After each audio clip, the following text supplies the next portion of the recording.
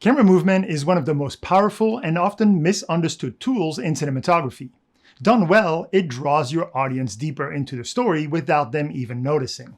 In this video, I'm breaking down 5 key elements that will take your camera movement to the next level by making it smoother, more intentional, and more emotionally impactful. Let's jump right in. Camera movement starts with execution, and not just how you move the camera, but what kind of move you choose in the first place. I think one of the most common mistakes that I see are movement that doesn't match the tone or the pace of the story. So for example, a slow dolly in might feel poetic in a dramatic scene, but it will be totally out of place in a chaotic action moment. The type of move, whether it's a slow push, a whip pan, a tracking shot, or handheld, should always feel like it belongs in that world. And just as important, the audience should never notice the move itself. The moment your viewers become aware of the camera, you've broken the illusion. If a gimbal shot jitters or a dolly bumps, even slightly, it draws attention to itself and pulls the viewers out of the story. So smoothness matters, but it has to feel right for the scene. Don't just move because you can, move because it elevates the moment. Think of your camera like a character. It can be calm, curious, nervous, or even aggressive, but match its behavior to the scene and suddenly your movement becomes invisible and powerful. When your camera moves, your opportunities for creative composition multiplies.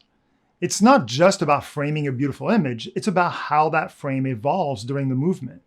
Take advantage of parallax by gliding past foreground elements, walls, doorways, furniture, even people, to create layers and depth. Move through the space, not just in it. Try framing other objects, or even letting things partially block your frame at the beginning or end of the move. When following a subject, you don't always need to track it in straight line. A subtle curve, a slight offset, or an angle push can make the composition feel more dynamic and intentional. These small choices bring a cinematic quality that a locked off or overly literal shot just can't match. So as the camera moves, let the frame evolve. That's where the magic happens, when composition becomes fluid, not fixed. Before we move on, it's worth defining something. Composition and framing are related, but they're not the same. Composition is about what's inside the frame, how elements like foreground, background, lines, shapes, and depth interact. Framing, on the other hand, is about the placement of the frame itself, where the camera sits, how it's angled, and what it chooses to include or exclude. With camera movement, both are constantly shifting, so to create cinematic movement, you need to think about how the frame changes and how the elements inside that frame evolves with it. Moving the camera doesn't mean you abandon the rules of framing. If anything, it means you have to be more intentional. When the frame is constantly changing, the principles of composition, balance, proportion, perspective have to evolve with it.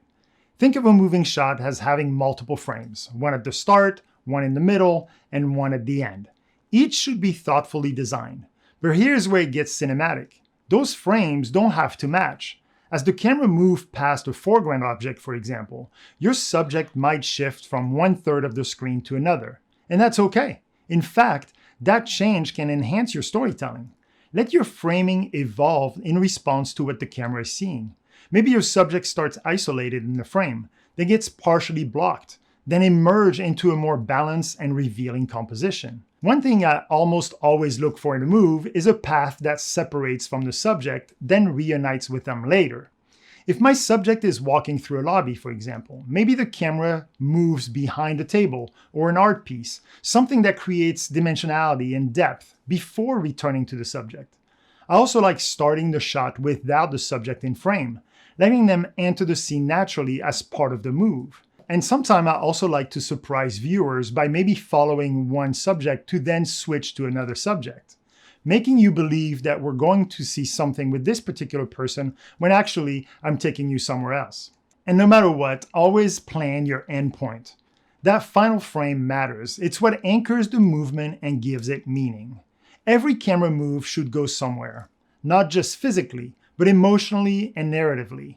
When you move the camera, you're making a promise to your viewers. You're saying, "Come with me. I have something to show you." That invitation creates expectation. It builds anticipation. But if your move ends on nothing, It breaks the promise. Your audience feels let down, disconnected, like they followed you for no reason. And the next time you try to take them somewhere, they're not as likely to trust you. This is why landing the shot matters so much. It doesn't have to be dramatic, but it does have to be intentional. Maybe you reveal the character. Maybe you end on a strong compositional frame. Maybe you shift the viewer's understanding of the space or the scene. But there has to be a destination, a reason you moved. Personally, I'll redo a move as many times as I need to in order to land the final frame. I'll adjust my route, try a new angle, or change my timing, all just to land in the right place. Because when a move ends with something meaningful, the whole shot feels cinematic and earned.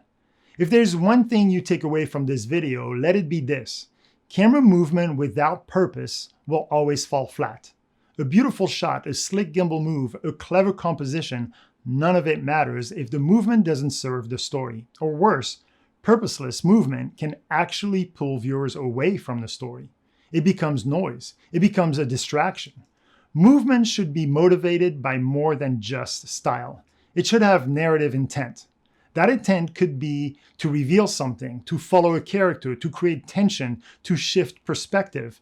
But whatever the reason, you need to know why you're moving the camera. Think about motivated versus unmotivated movement. If you're following a car, that's motivated, but even then, the principles still apply. You still need good execution, dynamic composition, smart framing, and a strong end. But most importantly, why are you moving with the car? Why not let it pass by? What does the movement add to the experience for your audience? Then that's what separates dynamic movement from mechanical motion. Before you hit record, ask yourself, should the camera move at all? And if it does, what is it doing for the story? Purpose is the thread that ties everything together. Without it, even the most polished shot can feel hollow. But with it, every move becomes a chance to deepen connection, build immersions, and bring your viewers closer to the story. If you found this helpful and want to keep improving your cinematography, I created a free guide called Mastering Purposeful Camera Movement. You can download it for free using the link below. And if you haven't yet, hit that subscribe button so you don't miss upcoming videos on lighting, storytelling, composition, and everything in between. As always, thanks for watching and happy filming.